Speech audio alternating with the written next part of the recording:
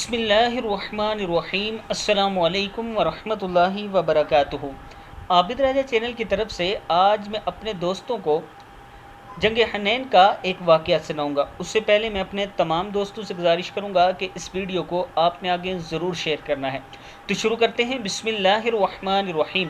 حضرت جابر رضی اللہ تعالی عنہ فرماتے ہیں، جب حضور اکرم صلی اللہ علیہ وآلہ وسلم نے جنگ حنین کے دن دیکھا کہ لوگ میدان چھوڑ کر جا رہے ہیں تو فرمایا، اے عباس، زور سے یہ آواز لگاؤ، اے انصار کی جماعت، اے حدیبیہ میں درخت کے نیچے بیعت ہونے والوں۔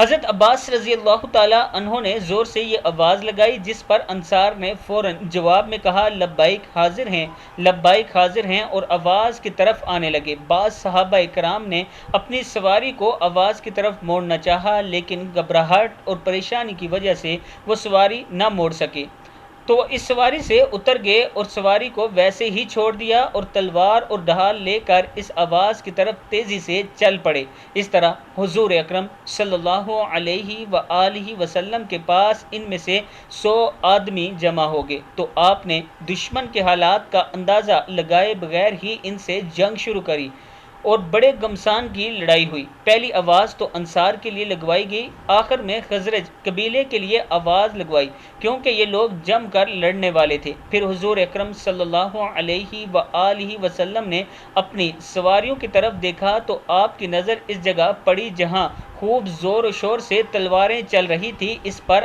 آپ نے فرمایا، بڑی سخت جنگ ہے، یعنی خوب گھمسان کی لڑائی ہے۔ حضرت جابر کہتے ہیں، ان 100 آدمیوں نے جنگ کی اور اللہ نے فوراً فتح عطا فرمائی۔ اللہ کی قسم، بھاگ کر جانے والے لوگ ابھی واپس نہیں آئے تھے کہ کافر قیدی حضور اکرم صلی اللہ علیہ وآلہ وسلم کے پاس گرفتار ہو کر پہنچ چکے تھے۔ ان قیدیوں کے ہاتھ پیچھے رسیوں سے بندھے ہوئے تھے۔ کافروں میں بہت سے قتل ہو گئے اور باقی سب شکست کھا کر بھاگ گئے، اور ان کافروں کا سارا مال، سامان، آل اولاد اللہ تعالیٰ نے اپنے رسول صلی اللہ علیہ وآلہ وسلم کو بطور غنیمت کے دے دی۔ کتاب کا حوالہ یہ نیچے موجود ہے، آپ دوست دیکھ سکتے ہیں۔